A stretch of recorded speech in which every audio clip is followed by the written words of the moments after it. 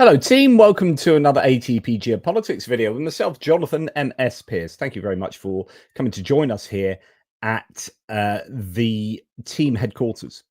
I am sitting in with a cup of tea, Yorkshire tea, of course. It's good, it's very good. And I am thankfully joined by you legends. I have a lot to talk about, as per normal, so I'll get on with it shortly. I've just been hanging out on Twitter and enjoying the torrents of bile that are just exploding all around. It's just absolutely incredible what goes on there these days. Right, to my New Zealand friends, I wanted to say the other day, R.I.P. Lee Tamahori, the film director who directed the film Once Were Warriors. If you haven't seen it, Temuera Morrison after Shortland Street, he just before he got a little bit bigger and then went on to be one of the original clone, wasn't he, in the Star Wars prequels? Anyway, Temuera Morrison, he wasn't he in Barbed Wire as well, or one of those weird like action flicks, kind of like bridge. Anyway, in Once Were Warriors, it's an amazing film about the Maori community in New Zealand, and you'll never ask for eggs in the same way again. But it's an absolute film. It's an absolute film. Once Were Warriors. If you get a chance, it is not an easy watch. It is pretty brutal and a powerful film. But anyway, Lee Tamahori, the director of that great movie, died just the other day. Anyway, that was one for my Kiwi watchers. Otherwise, most of you like, what are you talking about? What's going on? Right, let's go and talk military aid to Ukraine. We are going to start. Let's get the right one up. Yeah, we're going to start with funding, as I normally do, and we're going to talk about the Belgians again. No breakthrough with these frozen Russian assets, and it's getting pretty, I think, desperate. The two sides met on Friday to discuss Belgian concerns pegged to using frozen Russian assets to fund Ukraine in an unprecedented financial loan, but the talks saw no breakthrough, according to Euro News. There's growing concern in the Belgian government at the lack of alternative proposals from the European Commission. So this isn't all about Belgium just being difficult. This is actually, spreading the risk, and what alternatives the EU have. Well, it appears they don't have any. Norway is being touted still as being a possible underwriter of this loan using their sovereign wealth fund, but that's quite difficult, as Viggo told us in the last live stream, that it's very difficult for them to do so because it's not written in the rules, essentially, to translate that they can do that. It's not easy for the Norwegians to be able to underwrite that loan using the sovereign wealth fund. Slovakia is joining in here. Actually, let's go to the beginning of this. So Max 25 reports that Belgium, Slovakia and Hungary are blocking the reparations loan to Ukraine, basis of which is to be confiscated Russian assets. According to the journalist Sapilenko, Belgium is afraid of legal consequences. Quote, if Ukraine wins a war, there are no problems. If not, we will have to deal with Russia. Slovakia found an excuse and calls the loan heating up the war. That will prolong the conflict. And only Hungary is not inventing anything, says Max 25, but simply constantly blocking everything that should help Ukraine. That is, there is no common solution. This is a real issue. I mean, Scruffy says those damn Belgians, the way I understand it, and a few Belgians on the thread have said before that actually, yeah, this is as much a European problem as a Belgian problem.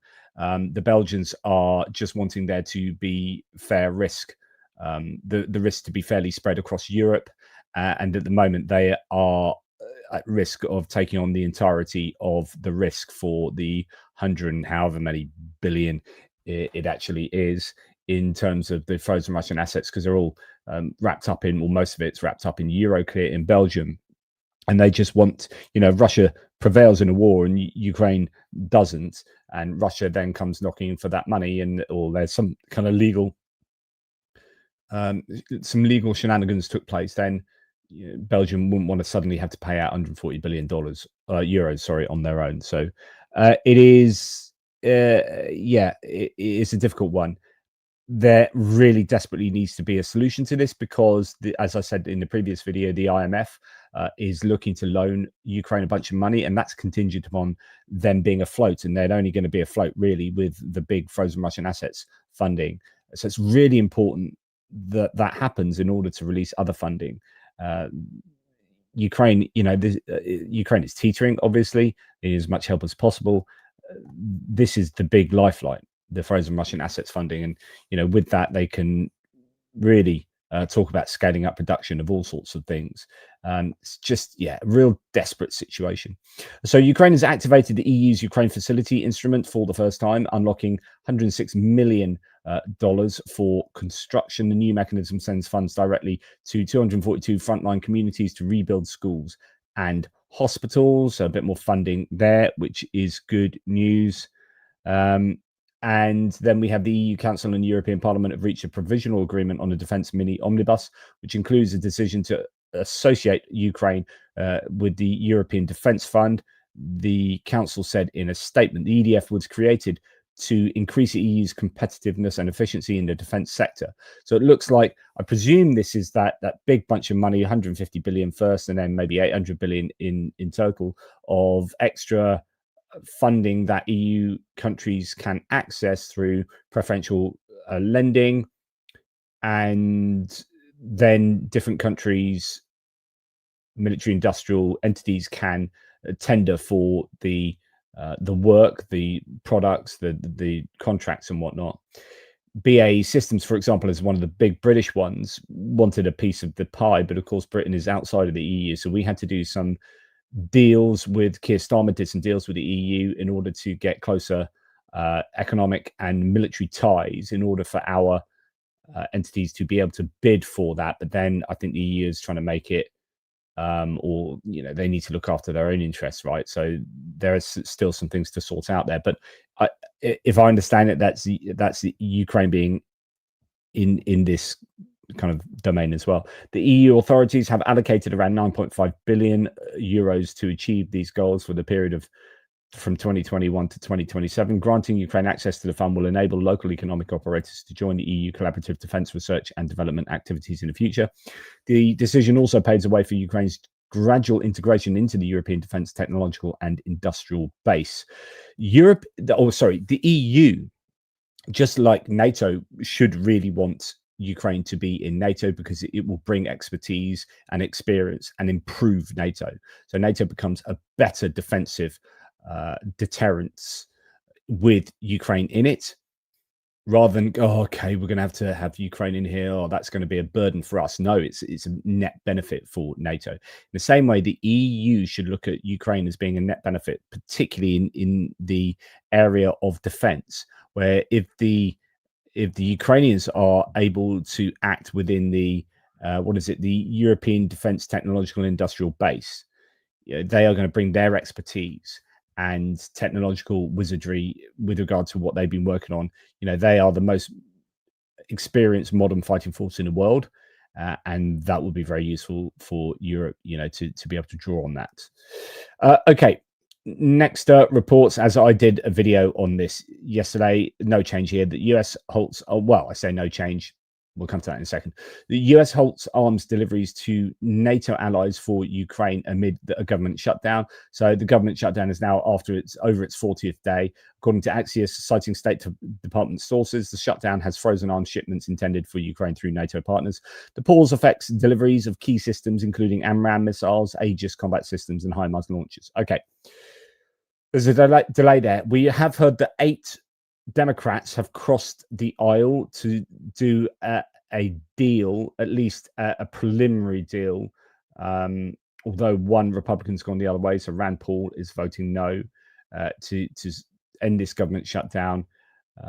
8 Democrats are looking at ending this, or at least going through a preliminary vote.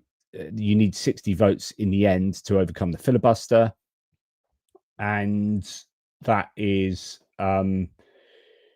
causing quite a bit of controversy. Obviously, it'd be good for allowing weapons to get to Ukraine and get people back to work. Because at the moment, lots of people are either not at work, they've been furloughed, or they're at work but not getting paid. But essentially, everything in the government has pretty much slowed down. This is causing a huge issue, but the Democrats are doing it because otherwise people's insurance premiums are going to go through the roof. And the Republicans are getting the blame for it at the moment, as according to most of all the polls. So people are wondering, well, why is Chuck Schumer being weak and capitulating now when they've just won huge elections last Tuesday? Trump is not looking good in the polls. You know, he's caught napping for 20 minutes the other day. He's booed at the Washington Commanders Stadium last night. You know, things are not going for the Republicans. Now's the time actually to hold firm, would be what many people are arguing. And they can't understand why Chuck Schumer is being so weak sauce and then giving in here. But then if there is a funding arrangement till January the 30th on a new agreement, and if there is, you know, ACA payments, at least it does mean people get back to work. I don't know what the exact concessions would be for either side, but it could be that the government shutdown is on the way to being solved. It'll be fascinating to see who kind of wins, scare quotes, wins out of the whole thing, with the Democrats effectively, you know, caving. But it might not be a sense of caving. It might be a sense of, you know, at least getting something that they have wanted and some kind of concessions from the Republicans. So I don't know, I really know the details yet. I'm sure someone in the live thread does. Okay. Let's go on to grippens, because hey, everyone loves talking about grippens. We have Sweden, Max25 saying Sweden, well, Reuters really, Sweden can help finance Ukraine's possible purchase of up to 150 Gripen fighter jets using export credits, military aid, and potentially frozen Russian assets. So people are trying to work out all the creative ways that Ukraine can pay for these Gripens, because it is, at the end of the day, not a military aid package, but a kind of like an agreement to buy these Gripens. Dennis Shmihal, the defense minister, said, we continue to work to accelerate the process of their transfer and integration so that Gripen aircraft will be deployed to protect Ukrainian skies next year. Now, of course, as discussed, they're likely to get Gripen CD variants up front, and then they'll get manufactured new E variants in 3 years' time. It is thought that, I think we're going to come to this. No, interesting. Okay, I thought I had it ready here, but there's also a claim, I think, was it Shmihal that said we're likely to be able to build Gripens in Ukraine in 2030 onwards, I think. So it's not 3 years away, but that's actually to have the manufacturing facilities in Ukraine, which is something they're looking to do. Obviously, Sweden are going to be so super keen for Ukraine to get hold of the Gripen. So they're going to bend over backwards to work out some kind of preferential funding arrangements, because this is all about their economic strategy and, you know, a boon for jobs and arms exports. If Ukraine get these planes, then they're advertised and more people buy these planes. So there was a piece in Aviation Weekly or something saying that, you know, with Turkey buying these Eurofighters and with Gripens going to Ukraine, suddenly European fighters are back on the agenda. It's been a really good few months for European hardware against, say, American hardware.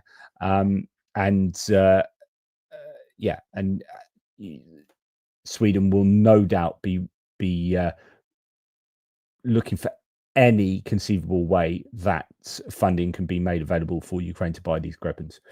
So Sweden can help finance Ukraine's possible purchase using those export credits, military aid, and potentially those frozen Russian assets. But they've also helped Sweden fund 400 drones for Ukraine's strike campaign on Russian oil refineries. Denis Shmihal's announcement comes as Ukraine aims to strike deeper into Russian territory in an attempt to grind down its war machine from a distance.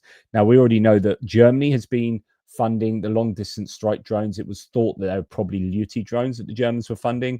We're not 100% sure, and I don't know what drones these are and whether they are kind of missile drones like the Peklo or similar drones. Some of these Firepoint munitions, you're wondering, you know, where is the crossover between going from a drone to a cruise missile and whatnot. Okay. Moving on, Ukraine is looking to order 27 Patriot air defense systems. So again, this is buying, and you do wonder about the funding for all of this, because Ukraine don't have any money, right? So we're talking about how desperate they are for money from the frozen Russian assets. So you get them $140 billion, and then they use that money to pay for stuff. So with the frozen Russian assets, that's somewhat different, because actually you're taking that money essentially from the Russians as a kind of sort of upfront reparations agreement. But in all other ways, most of the funding is coming from abroad, where you're like, okay, we're going to give you this amount of money, and then there you go, brilliant, we're going to spank it on stuff from you guys again. And the money is just kind of swilling around. I take it sort of going from, I mean, what the Europeans want to do is make sure the money that they get to Ukraine doesn't just go straight to America. And the Americans want to make sure that the money that they have previously got to Ukraine doesn't go into Europe type thing. So everyone wants to look after their own kind of money and make sure the strings are suitably attached, so that you're supporting your own indigenous workforces and industries. So Europe is going to be surely wanting Ukraine to spend money on SAMP-T air defense systems, you would have thought, rather than Patriot. They want Patriots. Now, Ukraine is looking to order 27 Patriot air defense systems, according to Zelensky. However, what did I see? I don't know if I've got this. Yeah, and I think there was John Ridge saying something about this as well. Yeah, you don't have it. But so War Monitor said, look, Ukraine wants to order 27 Patriot systems. Ukraine battle map says they aren't intercepting anything with the current Patriot systems. They're almost entirely using PAC-2s, which are very ineffective at intercepting Iskander-M and Kinzhal ballistic missiles.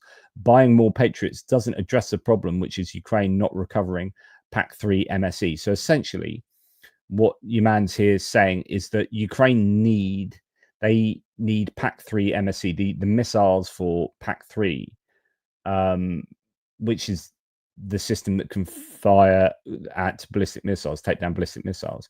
And for example, the ones they're getting from Israel, those are PAC-2, and probably at least some of the ones they got previously from Europe will be PAC-2. I don't know how many are PAC-3. And what they really desperately need is PAC-3. And this could be why maybe they've lost a few PAC-3 systems or something over the course of the war. And that's why they're struggling to shoot down ballistic missiles at the moment. I still don't understand why Europe isn't going absolutely crazy ape bonkers on SAMP-T missiles and systems. And you got this new SAMP-T NG coming out. Well, yeah. And so you've had the French claim that okay, well, what does World Citizen here say? It seems Patriots aren't that great at dealing with missiles anymore. Shouldn't Ukraine buy more Skynet, SAMP-T, and Ravens? So it depends what you mean by missiles. Patriots would be fine at cruise missiles, but they'll probably want to take out cruise missiles using something less expensive. Supposedly, the Russians have adapted their ballistic missiles to be able to avoid getting shot down by things like Patriots. French came out recently and said, turns out the SAMP-T are better at shooting down ballistic missiles than the Patriots. And then other people have come out and said that's got to be a load of bollocks, because the radar system, the Arabelle radar system on the SAMP-T is simply not as good as the ATPGEO 64 or whatever it is for the Patriot. And then other people are saying, well, maybe the SAMP-Ts have been plugged into the existing radar infrastructure. So you've actually got, maybe the SAMP-T is okay at shooting down ballistic missiles. And if you're saying its weakness is the radar system, then they can get around that by plugging into existing radar systems. So it could be that the SAMP-T is better. Well, then, if this is all true, why aren't they ordering the hell out of SAMP-Ts? I don't know. I don't know what's going on, but they obviously need as many Patriot and or SAMP-Ts as possible. And every country or every group of countries is going to be looking to have their own their own industries supported by these procurements. So I don't understand. I still just don't get. Oh, why have I come back into view? I still don't get why SAMP-Ts are just not being talked about way more. I just don't get it. So, and I know people have probably told me this before. Mark Moody says SAMP-T is great, but Europe, including the UK, has enough of a struggle producing enough of their own land-based systems and naval assets. Definitely one that needs industrial base ramping up for. Yeah, and that's what I mean. Like, you know, we're 4 years into the war. Why hasn't that happened? You would have thought that would have been one of the most, you know, require. I can't think of the word. My brain is tired, and MS has taken hold. But yeah, surely it must be one of the most pressing concerns. That's what I was trying to think of. Pressing concerns for the Europeans to get SAMP-T ramped up and scaled up. Ukraine is in a positive talks to buy, again, buying. So they want to buy 27 Patriot systems. They want to buy 150 Gripens, and they also want to buy Tomahawk missiles with and other long-range weapons, despite Donald Trump making it clear that he has no immediate plans to send them to Kyiv. Ukraine's ambassador to the US has said, well, I think there will be pressure from, and you know, these manufacturing concerns like Lockheed Martin are going to be lobbying the American government quite a lot here. They're going to be frustrated with the Trump administration because they have made it more difficult for American industry to get stuff to Ukraine. Weren't Lockheed Martin and Raytheon involved in money going into the new ballroom? Am I right in saying that? Which is interesting. I'm fairly sure that's going to have something to do with Ukraine on it. Yeah, so Trump was saying, you know, this new ballroom's $300 million. It's not going to cost the taxpayer anything, and it's just going to be donated. There's going to be contingent upon donations from industry. Why would industry just freely give money to Trump to build a ballroom? Well, of course, it's quid pro quo, this for that. And so they give the this and they hopefully get the that. Well, what will that be if Lockheed Martin are giving money to Trump to build a ballroom? Well, hopefully, there are probably many things that Lockheed Martin want, and Ukraine's might well be somewhat down the list. Who knows? But it might have something to do with it. Okay, moving on. American manufacturers will be happy to sell Tomahawk missiles to Ukraine. It all depends on Trump, says Zelensky. Ukraine expects to localize Gripen fighter jets. Here we are, 2033. I was wondering whether it's 2030 or 2033. Yeah, 2033. So it's even further down the line. Now, that doesn't surprise me. You're not going to be building Gripen factories in Ukraine unless it is a safe place to build them. So I think they're going to punt that to the long grass as much as they can. Yeah. Now, Ukraine has received, as I mentioned in the last video, 21 Patriot 6x6 armored personnel carriers from Latvia. These are made in Latvia. The vehicles will immediately be put into service. So this is the extra bit of info, says Anton Gerashenko, with the Special Operations Forces. So they go straight to the SOF. In addition, Riga, so the capital of Latvia. So Latvia has transferred 12 CVRT fighting vehicles as part of a previously announced military aid package. So not just the Patriots, but they're also getting the CVRT fighting vehicles. Should we look at that CVRT fighting vehicle and see what the Tinternet has to say about that? So combat vehicle reconnaissance tracked. So there we go. That's what it looks like. CVRT. These are the British ones that were given all the S named ones: Scorpion, Striker, Spartan, Samaritan, Sultan, Samson, Scimitar, Sabre, and Stormer. They've got some Stormers, which are the ones with air defense. They've got a bunch of Spartans. Anyway, 12 CVRTs are going from Latvia as well. So that's good news. The Ukrainians obviously need as much as they can get. Now, talking about British stuff. Oh, no, sorry, this is German. I thought this was the Raven footage. No, this is German aid to Ukraine showing the Skynet footage. We talked about this recently. Did I mention this before? Yes, I think I did talk about this. Anyway, I'll mention it again. Brief update on the Skynets in Ukraine. According to information provided by ATPGEO, the Rheinmetall CEO, during a conference, They have now proven themselves in a fight against Russian missiles. We know they've got 2. They might well have more. There are more on the way, possibly 2 more on the way. Germany has so far delivered 2 Skynex systems to Ukraine and promised 2 more. Unofficially, at least 1, if not both of the promised systems should already be in service in Ukraine, as both were delivered at the end of 2025. They're also receiving, of course, the Sky Ranger, which is that turret, essentially, on a Leopard 1 tank chassis. And then we have, this is the footage I was thinking of.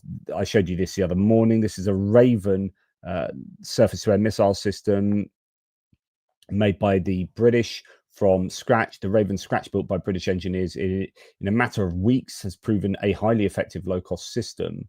The first released onboard footage of this has been published, and it's taken down Russian Kh-59 and Kh-101 cruise missiles. Was it 70% interception rates we saw? Raven SAM. Let's see if there is.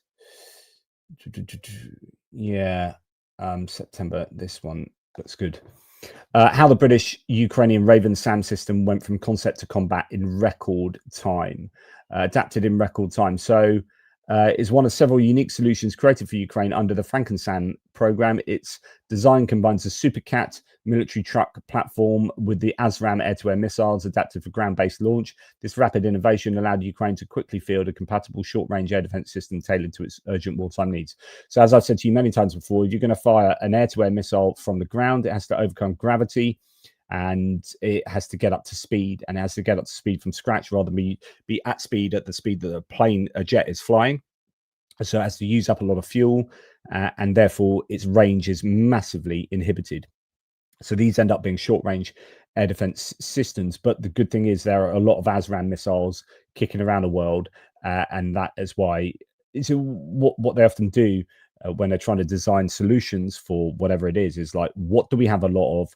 Okay, how can we make use of these? So when you've got missiles like the Sea Sparrow, this is what one of the FrankenSams was made with, which was the old OSA or the book? No, it's initially the book system, where like we got a bunch of books. We don't have so many of the rockets for these, so we can get these now becoming obsolete, I believe, Sea Sparrow missiles that were generally used from ships to shoot down planes. We can adapt them to the book, and that's what they did, and that was like the first FrankenSam, I think, production.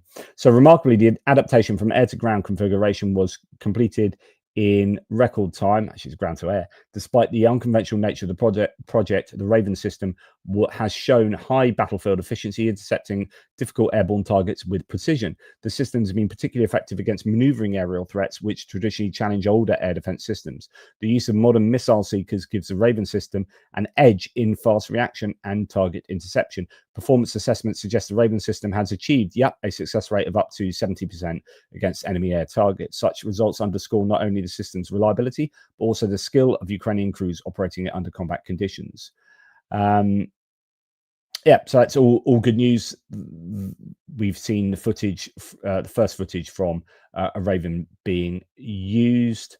Then we hear, now this isn't anything particularly to do with Ukraine, but it's an interesting development nonetheless. These are uncrewed boats controlled from 500 miles have escorted UK warships in a landmark test.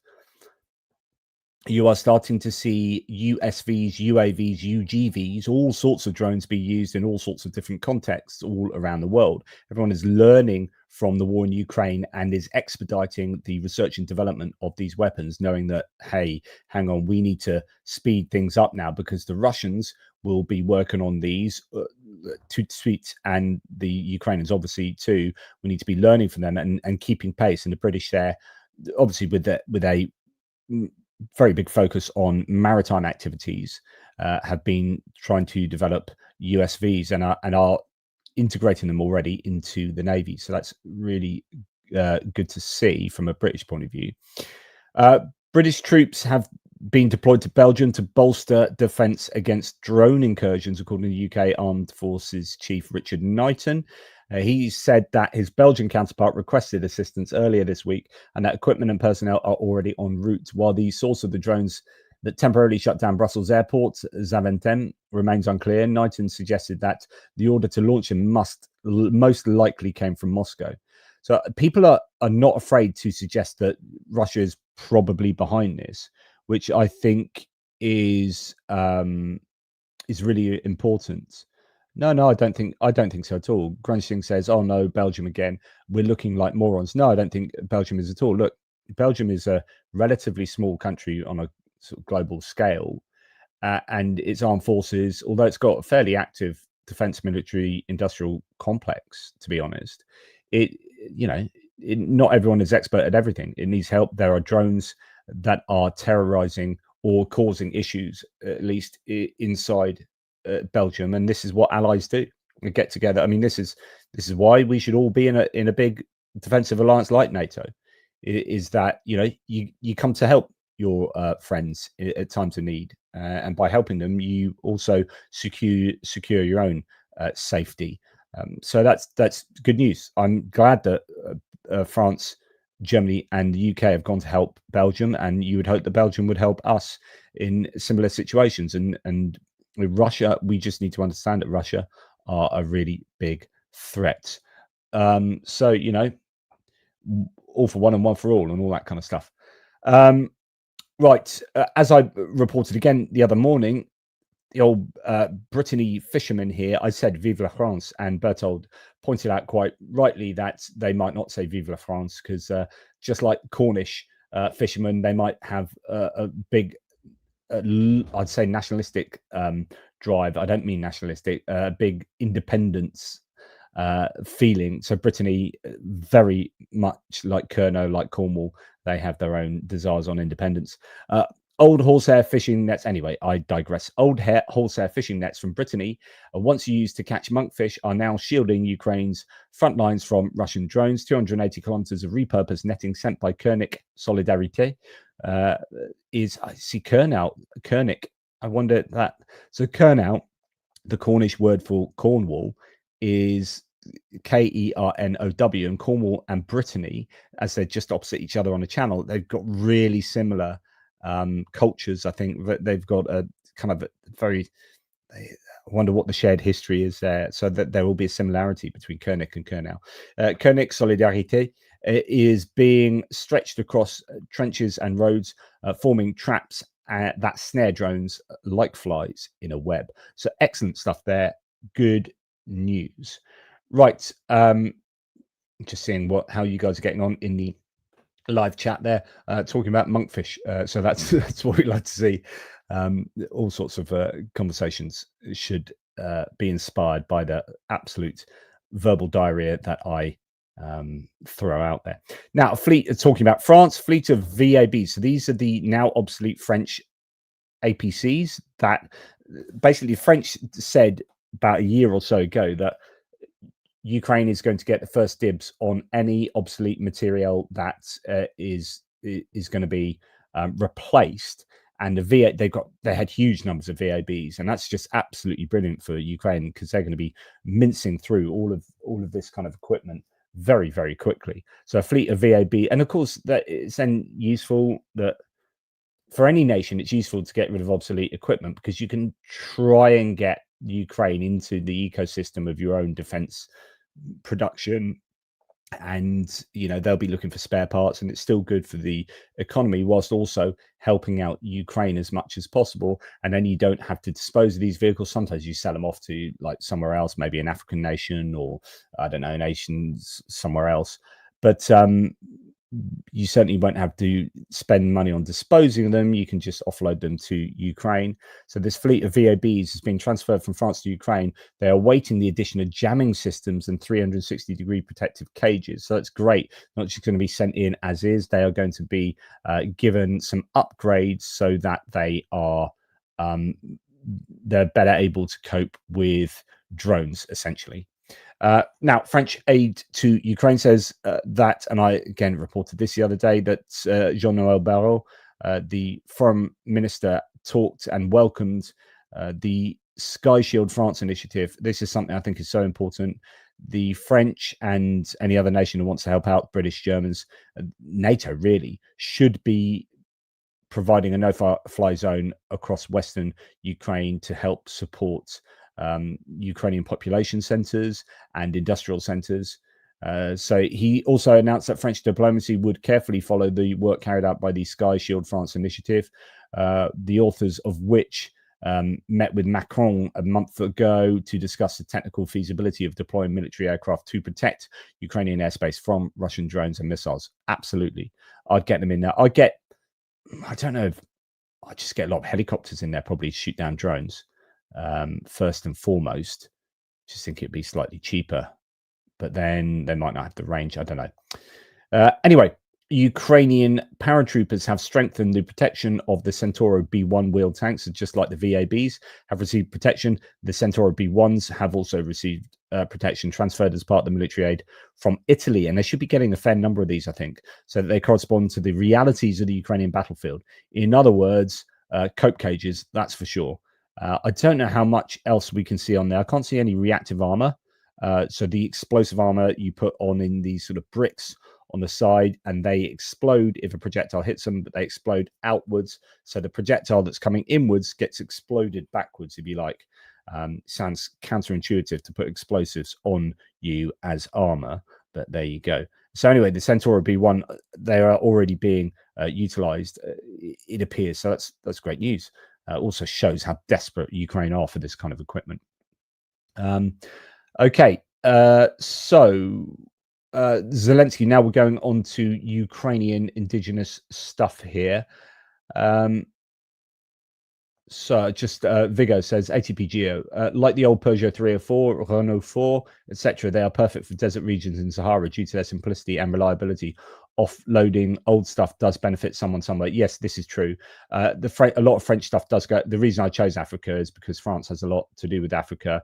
And in fact, when you see the old AMX 10RC, the wheeled tanks on the hard kind of sandy ground in Africa, you can not like your sand dunes, but your harder ground. I think that doesn't get too muddy. Those wheeled vehicles just have a great advantage of being much faster.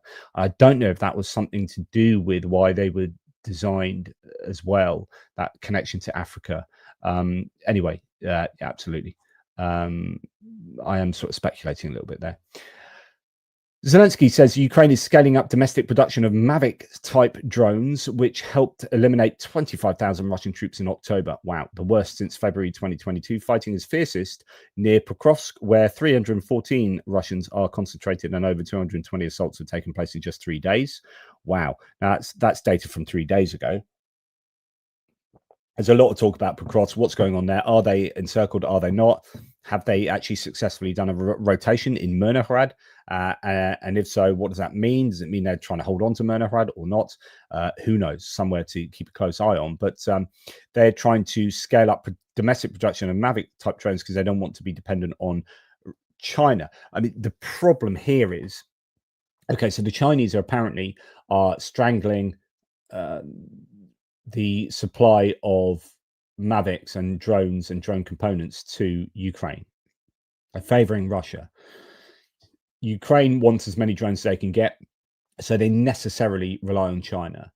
The problem is, if they become less and less reliant on China and they make all their own drone components, so imagine they switched tomorrow, right, to having suddenly, all of their drones made domestically, then China will have this glut of drones. So there's always two sides to every coin. So yeah, we're not going to be relying on China so much anymore. And that says, well, then Russia goes, oh, all those drones that you were selling to the Ukrainians, or can we have them? So Russia get all the more drones to help themselves to, because Ukraine is now domestically producing all the drones themselves rather than relying on China. And China still wants to sell all those drones they've ramped up production for, and they're going to have to go somewhere, right? So, the better Ukraine does at building their own stuff, the more Russia is able to get hold of drones from China. I'm guessing. I guess that's the corollary. Okay. Ukraine begins mass production of domestic drone to replace Chinese DJI Mavics across the front. So Euromed Press reporting on this as well. Zelensky says contracts are being prepared for alternatives to the tactical reconnaissance drones used for artillery adjustment and infantry operations. So yeah, they're working hard to scale up. Well, of course, they're working hard to scale up everything they blooming well can. As Monster Greg says so eloquently, China needs to F off. Oh, there you go. Yeah. Who's Poppin says drone components are a piece of piss to make. So I wonder why they've struggled so much to make entirely Ukrainian produced drones. So there's one company that produces one drone at the moment, which I think is 100% Ukrainian. A lot of them are trying more and more to get components from elsewhere other than China, but it's very difficult to be 100% non-reliant on China. What is it about drones and drone components that makes? Is it just the scale of production? Is it the microchips? I don't know. You know, what is the advantage that China has? Is it just that that's what they've developed over time? And you know, for any other company or country to catch up with China, you just got to overcome all of those years of China getting economies of scale and R&D, and yeah, is it as basic as that? Plastic 3D printers, you can bulk manufacture the motors. It says who's popping. There you go. Yeah, batteries and sim boards, I imagine. Yeah. So it's interesting. So you know, I don't want to be all anti-China here, but take the market away for drones away from China. We need to do it. Wasn't there recently, Russia themselves were really worried. I think there was a report I was reading that there were electric cars because or cars in general, actually Chinese cars, not electric cars. Now that Russia's getting so many of their cars from China, and in fact a lot of the Russian manufactured cars are Chinese cars that are rebadged because they don't have the wherewithal at the moment to produce these cars. They're finding there are all these chips on board, and there is was it a European country as well? I think there've been various reports. So Russia's been worried about Chinese cars, but there's been this worry that China has like a kill switch for cars, so that I'm sure I didn't dream this. So in principle, China could just like if the whole world starts getting more and more dependent on Chinese vehicles, as they are. Like I'm seeing more and more Chinese vehicles in Britain, which is interesting because it's not really been a marketplace for them. But some of the electric cars like BYD and Omoda and stuff, because they're so good, like the Chinese electric cars really. So what happened is Tesla kind of won over the marketplace, produced supposedly, you know, the best electric cars in the world, and then they didn't really keep ahead of the game. China just caught up and said, they originally brought out the electric cars that were kind of like cheaper versions of these, and they said actually we can really, for the not much more, we can make much better products than we started on. You know, we don't need to assume this position in the market of like we provide the cheap alternatives. Actually, we can provide something that is cheaper but it is equal in quality of, you know, the echelons of vehicle above this. So China then flooded the market with just amazing vehicles for the money, the BYDs, the Omodas, and whatever they are, other vehicles, and so you're just seeing them become more and more popular. I was speaking to my mate in a pub the other night. He was like, "Yeah, I'm going to buy this Chinese electric vehicle. I really want an electric vehicle." And they just knocked £11,000 off this vehicle for me. When I went in and said, "No, it's too expensive. I'm going to go elsewhere." And then they gave me a phone and they knocked £11,000. How can you just knock £11,000 off a brand new car? Anyway, so he's going to buy a Chinese one, and but it could be a bit like Microsoft Office, where the whole world becomes dependent on Microsoft Office, and then they say, "Oh, now you got to pay for it." Oh, really? Oh, bugger! The whole world becomes more and more dependent on Chinese electric vehicles, and then they say, "Oh, by the way, you better not screw us over because we'll turn off all your cars or something." I don't know. I might be exaggerating here, but yeah, they are. yeah, so lots of you talking about that in the side there. So uh, it'll be interesting to see how that dynamic develops. Right, let's go back to actually talking about the subject at hand. At least 2 Ukrainian companies have launched full cycle production of engines for long range drones. So we were talking about Mavic style drones and building the entirety, the whole of those drones domestically. Well, now we're talking about long range drone engines. We already heard about how the FP5, the Flamingo, was using old turbojet engines that were old plane engines that had very little time left on their life, very little flight time left, but they only needed 5 hours. You're going to fly these for 5 hours, these big Flamingo missiles. So we're not asking this engine to give us like 500 flight hours now. 5 hours is all we need. So we get these old, they had like, how many was it? 5,000 engines they could get hold of? Quite a large amount of them. But the idea is, okay, once you've spent that stockpile of old engines that you found lying around in a, I don't know, engine scrapyard, you need to be building these from scratch. And so it's great that 2 Ukrainian companies, according to Militiani, have launched full cycle production of long range drone engines. This breakthrough gives Ukraine control over design, faster adaptation for different drone types, and less resilience on imports. Demand already outpaced production. So this is excellent. Ukraine doesn't need to get permission to fire these missiles because they have engines from the United States or whatever. These will be ITAR free. They can make their own engines. Now, talking about these sorts of drones, Ukrainian drones can now penetrate a meter of concrete with warheads under 100 kilograms. 95% of deep strikes already use Ukrainian tech, but they need more. The US could fund Ukraine's production instead of endlessly debating Tomahawks and get better results. So this is a really, it appears, at least according to some of these outlets, a bit of a golden era for Ukrainian drone production. Is just scale. Like I keep telling you, scale, scale, scale. All of these weapons, in my opinion, these FP1s, FP2s, and FP5s, they are all in their own way game changers. All of them are game changer weapons, potentially. It's just the scale. If you've got 1,000 FP5s to fire in a week, that has changed the game. The game is changed if you are firing 1,000 FP5s at the Russians in 1 week. Awesome. FP2s, the same.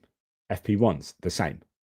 Scale is the game changer. The weapons, as long as they are decent enough, it's just the scale. That's what you need. So I don't know if there's any other good details from this. As Washington flip-flops, this is from the Euromaidan Press article, on granting Tomahawk cruise missiles to Kyiv, there's a more practical, politically expedient solution that doesn't involve an American veto of every target that Ukraine may want to hit. The solution is twofold. Fund Ukraine's defense companies to make their own missiles and long-range drones and supply Kyiv with cheaper, less advanced munitions in greater numbers, observers and insiders said. This will let the Ukraine scale up its deep strike campaign meant to grind down the Russian offensive rather than face its full might on the front lines, saving both lives and money. I mean, what they really need are medium to short range weapons to use on the front lines. They need to scale up. I mean, they need all of the above, of course. They need long range weapons, near rear, 200-kilometer range weapons, and firing stuff at the front line. They need planes to drop 300 guided glide bombs every bloody day on the Russians. That's why the Russians are prevailing on the front lines in terms of taking territory. They're grinding on, because I showed you the video this morning. You saw my hits and losses video. If you haven't seen it already, there's one snippet I show you of 3 FAB 500 guided glide bombs hitting a building in Konstantinivka, and they are freaking massive explosions. Massive. It's called, you've got an FPV drone with a warhead, RPG warhead, just flying to find a target, and as it's flying, you see these 3 bombs come down and smack into this high-rise building, and they look to obliterate the building. Huge explosions. Now, if they're releasing 270 of them a day on a good day, the Russians, then just imagine that. Just imagine. That is 90 times as many as that building took. 90 times that in one day.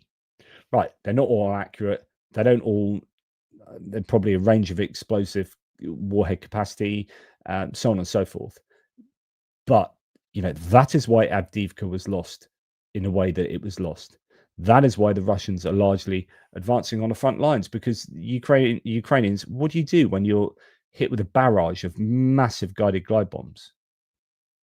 That's your kind of combined arms coming back. And they can do that because they've extended the range of these 90 kilometers. And now they're talking about, as I've reported in the last video, 200 kilometers. Putting a turbo fan or whatever it is, turbojet engine on these guided glide bombs, they then effectively become cruise missiles. Quote, right now we need less missiles, fewer missiles to meaningfully reduce the Russians' capabilities compared to 2022, because now we have drones, said Serhiy Kuzan, chair of the Ukrainian Security and Cooperation Center. But let's imagine that you also add missiles. This is a few dozen-fold enhancement to our long-range capabilities. American Tomahawks and German Tauruses, which would be very helpful for deep strikes, remain blocked by politics for the time being. However, the Ukrainians have already made up for their dearth of missiles by innovating a menagerie of effective homegrown solutions. They just need support to make more. It's just about the money, investment in, and that's why the $140 billion from the frozen Russian assets is so freaking important. Deep strikes into Russia need to be scaled up. This is all I keep talking about. Just more. Honestly, just imagine 100 cruise ballistic and drone missiles a night for a week. 700 missiles, not just drones. You can throw drones on as well. Missiles going at various targets every night for a week. How much destruction just from 700 missiles? Anyway, so that is that. I don't think we need to know any more there. Just they need more money to make these missiles, and they do have the wherewithal. They've got the production, I think, capabilities in place. Interesting to see what the capacities are, given that Russian know about these manufacturing facilities and they're going to be hitting them or trying to hit them every night. Okay, on to this one. So the Shilka, the Back and Alive Foundation, is funding the upgrade of 16 ZSU 23-4M Shilka air defense systems. So let's have a look at the Shilka air defense system. And see if here we go. See what we can learn about this. So this is an old system, rather like the Gepard, 1960 to present, made at the Ilyanovsk mechanical plants and the Mystishi machine building plant. So an old Soviet piece of kit, and produced from 1964 to 1982. The number built was about 6,500. I wonder how many they have left. What do we have as far as the range, operational range? No, we want, I don't know that it's got the range of the guns. Yeah, main armament. Yeah, it doesn't tell us here what the range of the, just do a quick Control F. No. It can have additional firepower of late modifications can be supplied by a roof-mounted pod of 6 short-range SA-18 SAMs or side-mounted SA-16s. Interesting.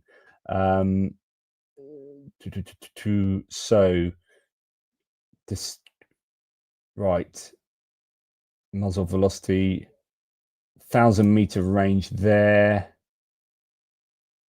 Yeah, so it doesn't look like they've got very good range. Effective vertical range 1.5 kilometers, horizontal range 7 kilometers. But of course, you're going to be firing up 2.5 kilometers. So varying claims in there, but it's going to be fairly short range as a system. But if they've got a whole bunch of them, then hey, Gepards have come back into their own, haven't they? Well, they are now upgrading a whole bunch of these, 16 of them, to the A1 standard for $8.06 million. The modernization adds a new Rokash AS radar and digital fire control, doubling the detection range and allowing tracking of up to 20 targets, including small drones. So that sounds good to me.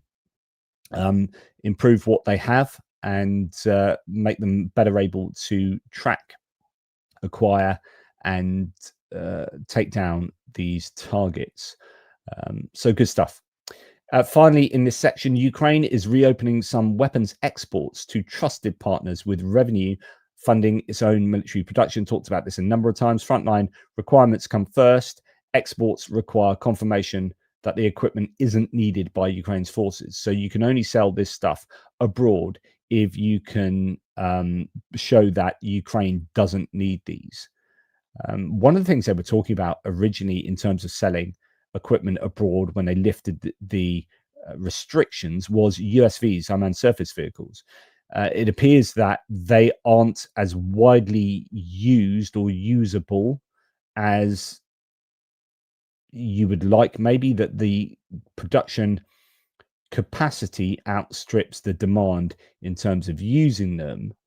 But then you think of Tuapse last night that was hit.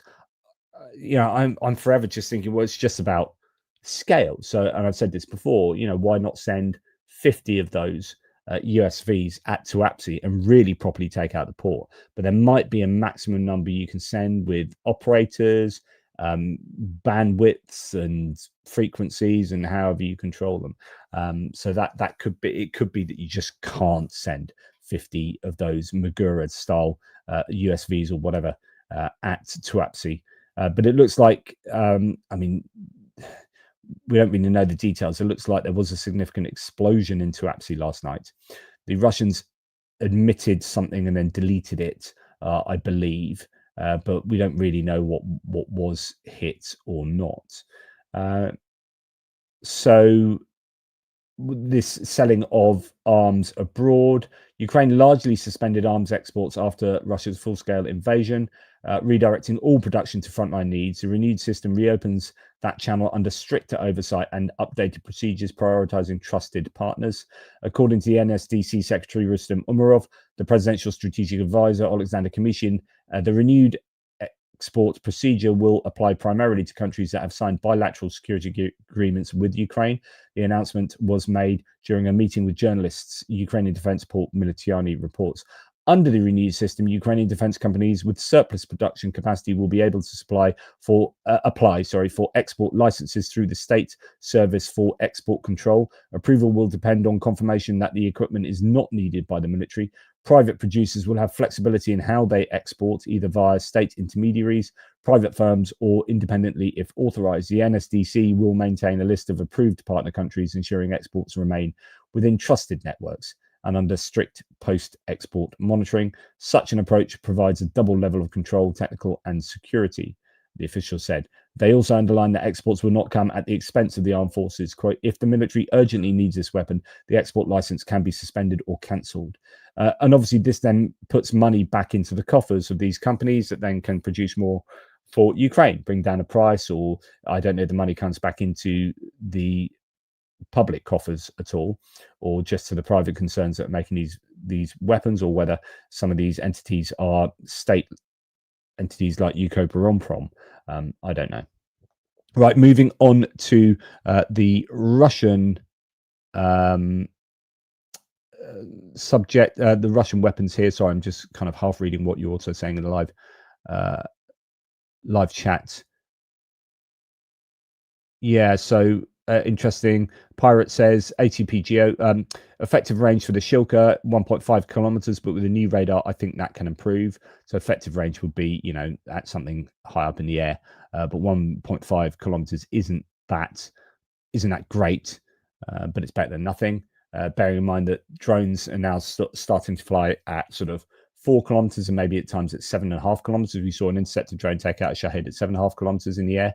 But then there is this claim that came out this week that Russian drones are now starting to fly low again as well. So those low ones are going to be prime target, one would assume, for the Shilkas. What you need is a range of weapons to deal with a range of different flight patterns and techniques and whatnot. But you know, those Shilkas are better than nothing, that's for sure. Okay, on to the topic of Russia. Malawian girls in Russia were taken into slavery and forced to make shaheds in the Alabuga industrial zone. Human Rights Watch confirmed that it is investigating reports of the recruitment of Malawian girls through Alabuga Start program, which promised jobs and training. Malawian parliament is preparing an appeal, and lawmakers are calling for the identification of those involved in the recruitment of the girls. And other African countries, including Botswana, Namibia, and South Africa, are already tracking their citizens in Alabuga, working with embassies. Any ability for Russia to get hold of people is a real challenge for Ukraine. So I was talking about this. I've talked about this a number of times last week. You get in Africans, for example, to work in Yelabuga. You get North Koreans to work in Yelabuga, as they are supposedly as well. Then you don't have to get Russians to work there, which means that you can put Russians into the armed forces to fight in Ukraine, or you can place them in other jobs where they're desperately needed because there's a labor shortage. And it means wages aren't spiraling because you're importing lots of cheap labor. And actually, you can use them, if this is true, like slaves, right? So you can take advantage of them. You know, if you don't, if you're not concerned with morality, then Russia can just take advantage of this by taking on slave labor and using them to keep wages down and keep the supply of labor up. But likewise, you can throw these people into the armed forces as well. You can take men, as we hear from Colombia, from we've heard from all sorts of places: Cuba, Cape Verde, Sri Lanka, India, South Africa, Iraq. All of these, so many nations are just taking people from there, treating them really badly, and if they die, then you don't have to pay them compensation. You don't have to pay their if they get injured, you probably don't have to pay them compensation. You don't have to pay their families compensation. You don't have to give them housing. You don't have to give them social welfare benefits or anything like this. You just take them on as essentially cheap mercenaries and take advantage of them, and then send them into the meat grinders. And if they die, it doesn't cost you, and there's no PR cost or social opinion cost. So, you know, no one's getting angry apart from their family back in whatever country it is, because you don't really care about that. So who cares what country it is? Whatever. So the Russians are just, they have this advantage over the Ukrainians that they can, you know, it's like I've said before, if certain war crimes can convey an advantage, then the Russians have no compunction in committing war crimes. Like, if we do this horrible war crime and that gives us an advantage in this way here, then, well, we're not going to bother not doing that war crime because we're a bunch of bastards. And so they will. And so they can unfortunately extract advantages in a number of places by just being morally horrendous. And that's a challenge for Ukraine, because Ukraine can't be, and rightfully so, can't be morally horrendous, because A, they want to be decent humans, but B, if they're seen to do horrible things by the allied nations who are supporting them, then those allied nations are no longer going to support them. Like, if there are just consistent war crimes committed by Russia, then, you know, France and Britain and Germany and the US are going to be going like, yeah, we're not too keen on providing assistance for you anymore, because it turns out you know better than the Russians. So the Ukrainians have to adhere to these levels of decency and morality, and that's right. But it means that there will be times when, unfortunately, the Russians do get an advantage. Anyway, yeah, every single person that goes into Russia is getting Russia out of a hole. So when you look at something like Malawian girls in Russia, the first response, other than, well, this is horrible that they're being mistreated by the Russians, is, damn it, the Russians are getting themselves out of a bind. What you want is no one being able to go to Russia, and then they have a massive labor shortage, and they're having to rob Peter to pay Paul. having to take people from over here to put them here, but then they've got gaps over there. Then you need, but then who are we getting for the war? But the problem is Russia, like, I don't really care. We've got what, 25,000 North Koreans coming from over there, a bunch of Cubans, bunch of Colombians, bunch of South Africans, bunch of Iraqis, bunch of Indians, bunch of Sri Lanka, you know, so on and so forth. And then all of this gets them out of a hole. If it wasn't for North Korea, Russia would be in all sorts of trouble. You know, Kursk would have been much more impactful than it was. So yeah, it really frustrates me, all of these bits of news. Okay, Russia's Rubicon drone center trains thousands of 16 to 17-year-olds through United Russia Party programs. That's a political party, creating a pipeline of operators ready for mobilization at the age of 18. Ukrainian commander says Ukraine can't match this systematic scaling. So Ukrainian here complaining that Russia is, and then you look at this and go, well, they are planning for a long war. They're putting things in place that suggests that they are in this for the long haul. And if Ukraine can only continue fighting another 2 to 3 years absolute max, and Russia are like, well, we're training up our children to be drone operators in 5 years' time, deal with it. And then you got Trump getting bored. It's like, man, I need my Nobel Peace Prize. He isn't going to get my Nobel Peace Prize. So, you know, we said right from the beginning that the Kremlin and Putin were playing the long game. Soldiers discovered a Russian drone, the Zhdun drone here, on a fiber optic cable installed on one of their, or waiting in ambush on one of their logistical routes. Since the Ukrainians entered in a way that the enemy operator could not see them, in other words, cameras. Well, actually, you'd think that the camera should be pointing in that. Oh no, this spool was that way, wasn't it? That looks like the trigger at the front, that blue area there. So yeah, they came at it from behind. They snipped the fiber optic cable, and then of course, you can no longer control it, and then they can do with it what they want. So they cut the fiber optic, dismantled the warhead, and took it away for further studying. So this is a new sort of drone, by the looks of it, waiting in ambush on a supply route. As I reported in this morning's Hits and Losses video, the Russians are starting to recruit reservists to guard facilities deep within the country, including oil refineries, due to the increasing number of Ukrainian drone attacks. Recruitment is already underway in 20 regions. So this is again getting them out of the bind. They are calling up reservists, changing the rules so they can position them in a number of places around Russia. And these people are, well, to be honest, you're still robbing Peter to pay Paul. So the reservists would be doing other jobs. So now you've got to find people to do those jobs that they were doing. Well, this is where we come on to the very last. So it's all joined up. Hopefully it all makes sense, because what's the last bit of news I have for you? India and Russia are set to sign a mobility pact, which would help increase the number of Indian workers in Russia in the coming years, the Economic Times reports. The deal is likely to be signed during Putin's trip to India next month. A little more than 70,000 Indians. So if 70,000 workers come to Russia, what this means is that they are replacing 70,000 people that can go and fight and do whatever, whether they be reservists or people that are brought to the front line. It's thought that those reservists are eventually going to be sent to the front line in one way or another. They're going to have their contracts changed. There's going to be some sleight of hand. So the reservists will eventually be utilized on the front line. But the only way you can do that is if you can replace those reservists and the job they were doing with, they need to be replaced by other people. Well, a little more than 70,000 Indians will be employed in Russia by the end of 2025. 2025, that's this year. As per a quota fixed by the Russian Labour Ministry, Indian workers are finding jobs in sectors like construction and textiles, but there is a growing demand for skilled workers in the machinery and electronics sector, the newspaper notes. And of course, Russia always needs some fresh cannon fodder. So then you get the idea, and we've heard this, I came on a tourist visa, I came on a student visa, I came on a work visa, and then I was press scanned, and then before they knew it, they're on the front line.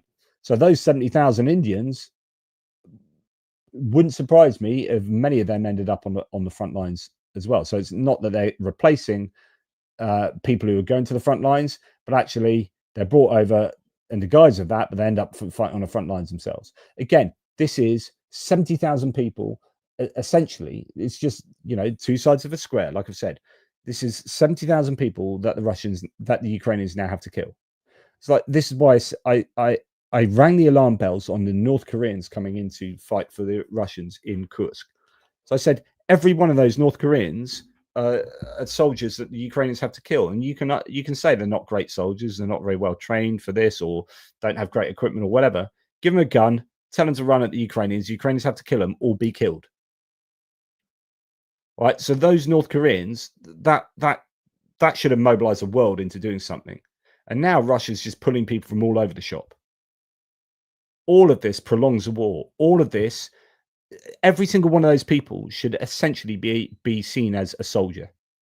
So when you hear that 70,000 workers are coming from Russia, sorry, from India, just in your head, understand that as 70,000 soldiers, because they're replacing other people that then become soldiers, or they become soldiers themselves eventually. It's functionally, that's what's going on there. It's a huge problem. Yeah, I don't think there's enough of a reaction from nations around the world in terms of what Russia is able to do with this kind of recruitment. Well, yeah, not to be heartless, but India can afford to lose 70,000 men. Russia and Ukraine can't. India doesn't have the birth rate issue. Yeah.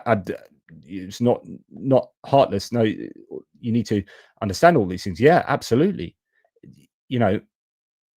And that's even more worrying, because that's a resource that Russia can tap into hugely. Yeah, I reported this right at the beginning of the war. So Viggo Holmson says the Malawi girls predates the North Koreans and those other forms. Yeah, I reported it right at the beginning of the war, when the first time we were talking about Yelabuga. This is probably like 2.5 years ago. The news was that they were hiring African girls, particularly, to do that.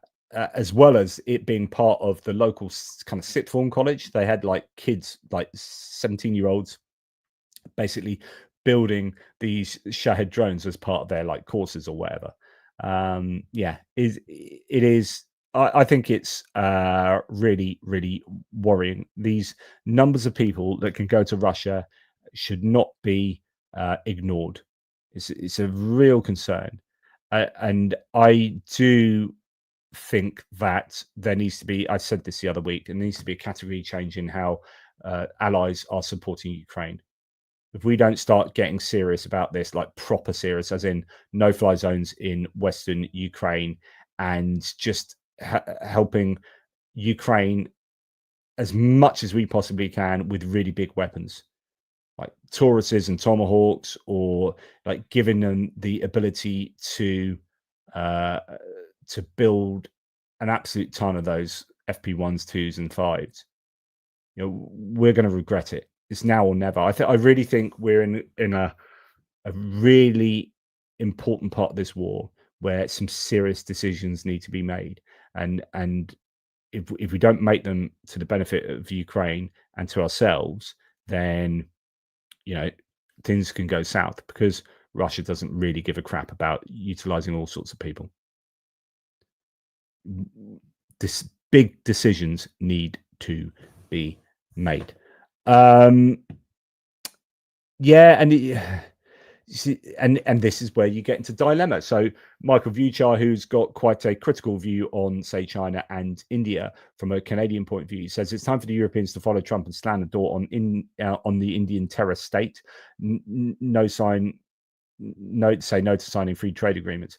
And of course, the problem is, you start from the European point of view, going to economic war or political war with China and India, then this has huge economic ramifications, and then that gets people really peed off, because inflation goes up, cost of living goes up, and then the war in Ukraine is having, and all of this was started by Russia, of course. This is Russia's fault, but then people are going to be blaming governments for supporting Ukraine, and it's so difficult. It's so difficult. There's just everything's a dilemma. There's no like clear winning strategy here. But yeah, I mean, there's a very good case for going to town in supporting Ukraine at the expense of trade deals with China and India, and seeing Europe go kind of like America is going into some kind of isolationist phase, or at least, working in an open way with all those other countries around the world other than China, India, BRICS, Iran, North Korea. And then you've got the USA, which is going nuts, and Europe's trying to work out how to deal with the USA.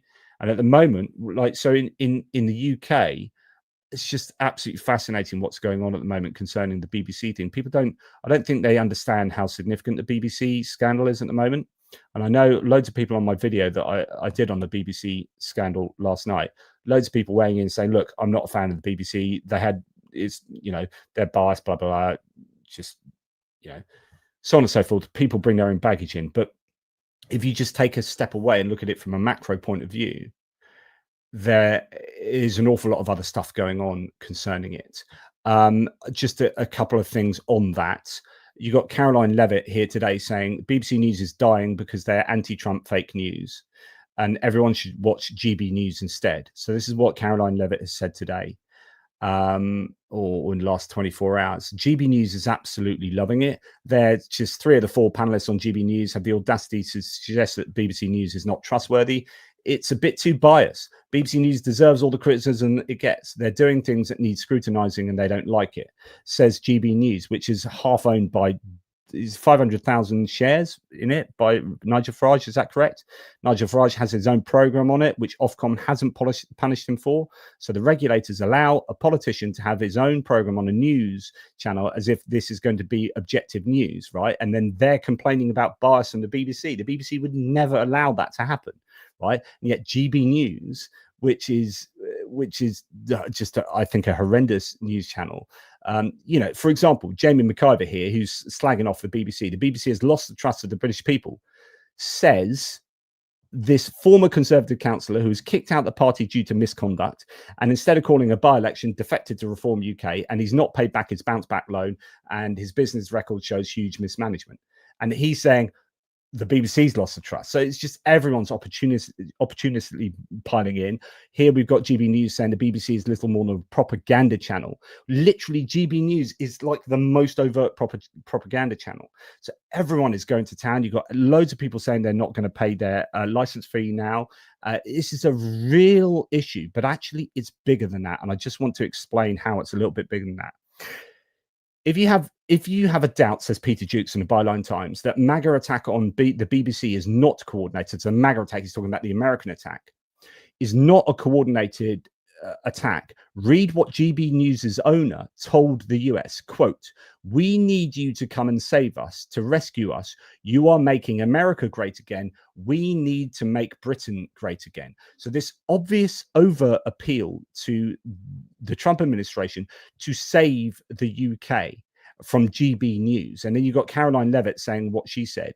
Part of the, and this is where you've got to do some serious dot joining here, and I'd love to spend more time doing this. I'll have to do a separate video on this. There was a fantastic interview by Nish Kumar and I forget his co-presenter on Pod Save the UK, where they interviewed the British New York Times journalist Jane, I forget her surname, and a sexual reproductive rights activist, and they were talking about how American money at the moment is flooding into the UK and is supporting reform. So for the first time last week, Nigel Farage brought up abortion, right? Like overtly, like, and why are you talking? Britain is the most kind of pro-abortion. It's not really featured in our political agenda at all. And now you've got Reform UK talking about it and Nigel Farage talking about it. What is going on there? It turns out that there is funding coming in from the United States. Loads of pro-life entities are funding the UK, they're either starting up projects in the UK or funding political parties like Reform, right? And then when you look at the Michael Prescott, so he's the guy that was behind the leaked memo, or leaked, behind the memo that went to the Telegraph of complaints about the BBC that caused this whole scandal. Well, number two here, this is from his memo. The BBC focused too heavily on campaign issues promoted by the Harris campaign. So this is Kamala Harris. What? Such as abortion and women's rights, at the expense of giving greater weight to jobs, the economy, and immigration, which proved to be a significant driver of how people voted. There appears to be this criticism here that the UK, talking about women's rights too much and abortion. So the Prescott memo for the BBC is a right-wing package to push the BBC towards accepting US anti-abortion as well as anti-trans politics. Those gender-critical feminists celebrating the memo are making a mistake ignoring this, in my opinion. Okay, so whatever, you can forget about the trans part of this, but the anti-abortion stuff is really, really important when you understand that Reform are now starting to take money, it appears, and certainly are hanging around these influential anti-abortion campaigners from the United States, and it's all starting to add up. Adam Bienkov from the Byline Times says in an article, the BBC's attempt to appease the right-wing coup against it is now seeding its own, its own destruction, could be as a result of things that it tried to put in place. So how by attempting to appease the forces on the right seeking to destroy them, the BBC has helped trigger a crisis that now threatens its very future. So Judy Street here says these two resignations are merely symptoms of the disease. The cancer at the heart of the BBC is Robbie Gibb and Samir Shah. And I want to show you something. This is from 2024, right? But some of the faces have changed. But this is, if you haven't seen my video, you need to go and watch it to understand who some of these players are. But you've got Boris Johnson up there, who's very much behind it. You've got Samir Shah. You've got Robbie Gibb is right at the center of this. And when you understand how all of these people are connected, like Nadine Dorries, you've got Reform, who's now Reform. You've got all of these players that have been vociferous critics of the BBC. And you understand how they're all connected and why they're connected. You understand what is going on here. And I don't want to bog this video down anymore because this is a military aid video. But I do worry that at the moment we are being assaulted in the UK by like funding and political players and entities that are very much on the MAGA side of thing in the United States, and I absolutely despise that kind of politics. And Reform is trying to bring that over here. GB News is doing that. The GB News is essentially the Fox News of the UK that was given a license, God knows how, and is just the megaphone for Reform UK and the stuff. And then when you see what is then like, if the stuff that I've been reading on Twitter today is almost made me vomit. It's that horrific. Like, people are going to town on our political system, on our established political norms. The BBC is just getting absolutely excoriated. Go and watch The Rest Is Politics UK with Rory Stewart, and they did a live stream this morning. Rory Stewart and Alistair Campbell. They do a really good analysis on what is going on here. It's a very, very good analysis of what is going on with this BBC attack. And while you can say, yep, they shouldn't have spliced together those two things, by the way, it didn't tell you anything that we didn't already know, which is he was largely responsible for getting a whole host of people attacking the Capitol. Like, nothing changed the narrative. That had already happened.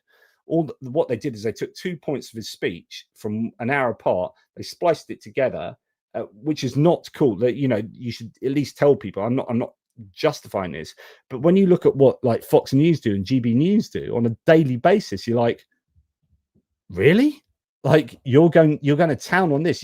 We've just lost, like, the two people that resigned had nothing to do with editing a documentary, right?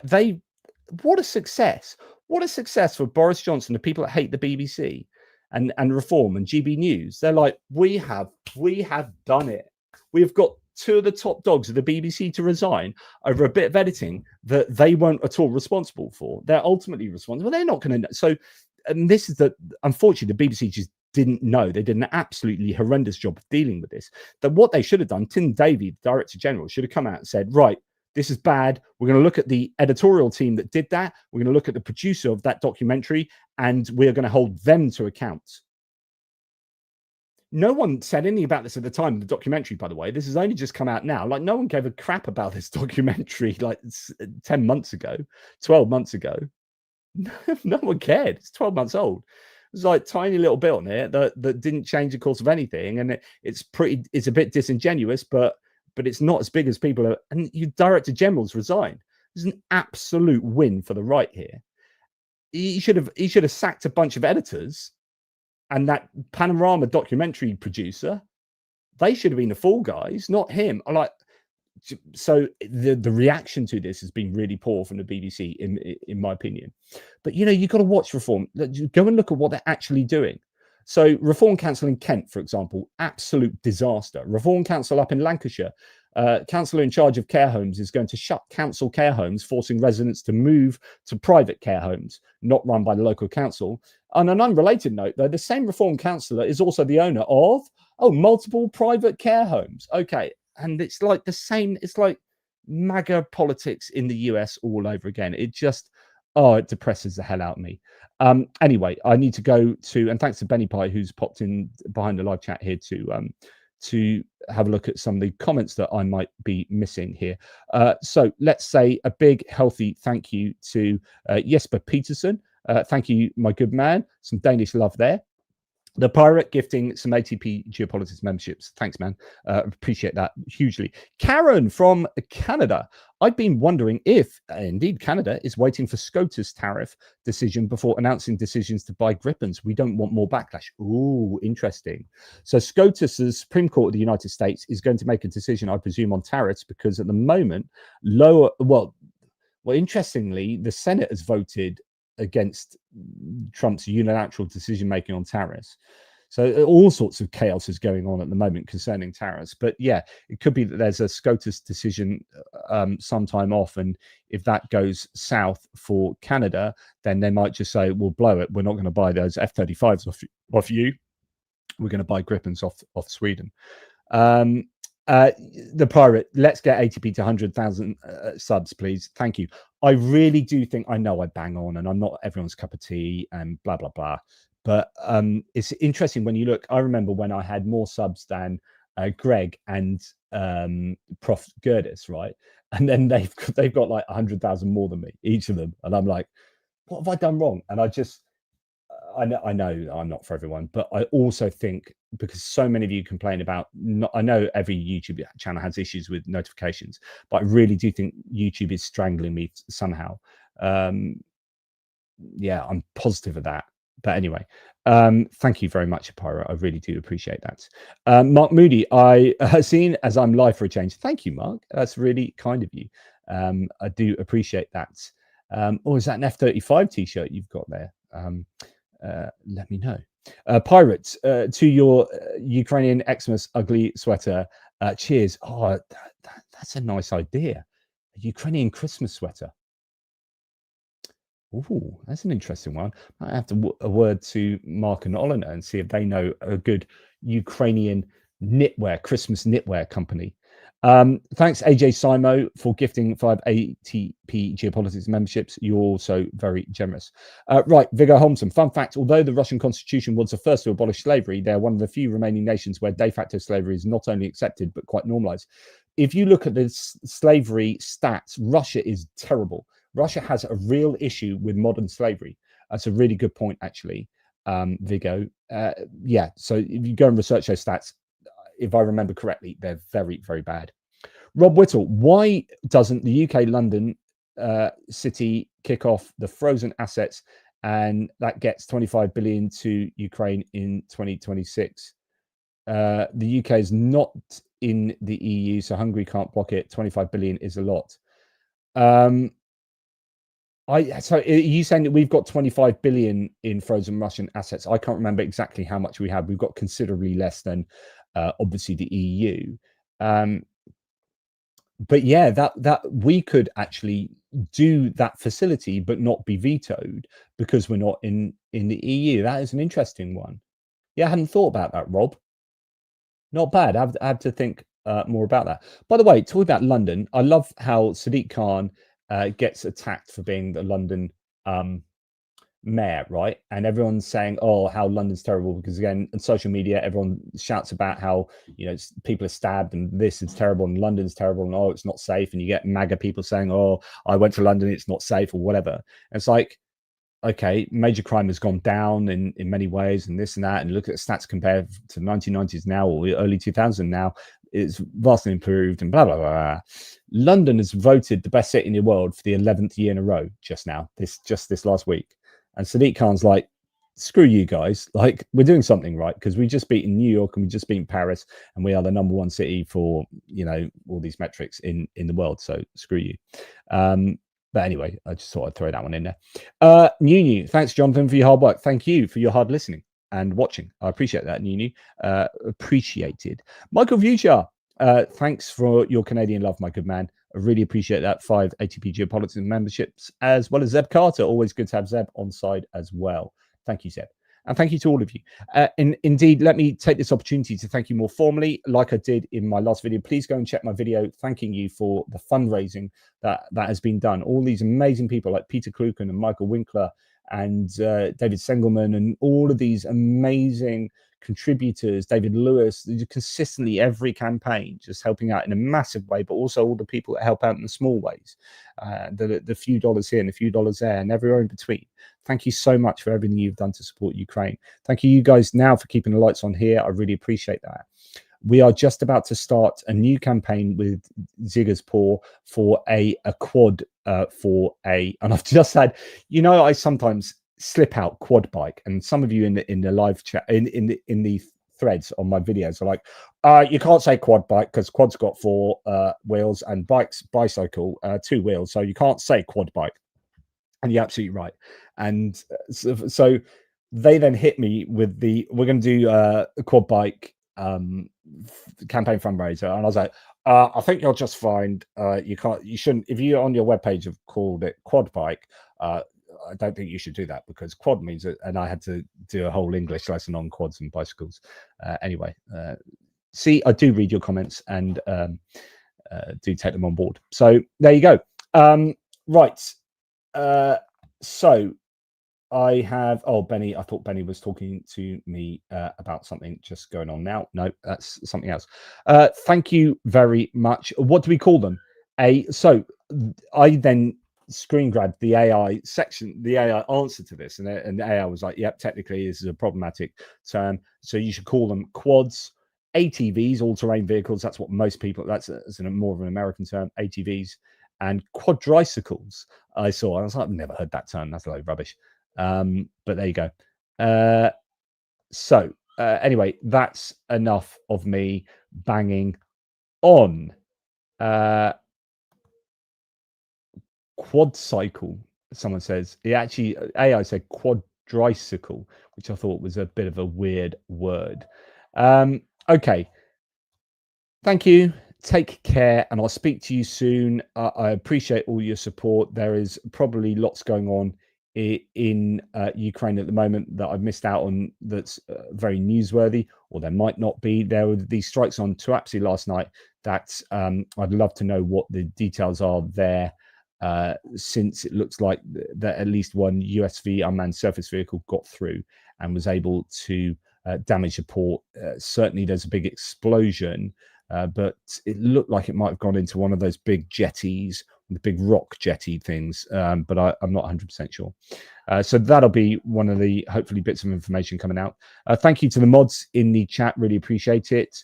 And please, as Finnish Guy says, thank you, Jonathan. Everyone in the chat, we see you on the next one, and in the comments, hit that like before you go. Make sure that you are subscribed. That would be really cool. Thank you so much. Take care, and I'll speak to you soon.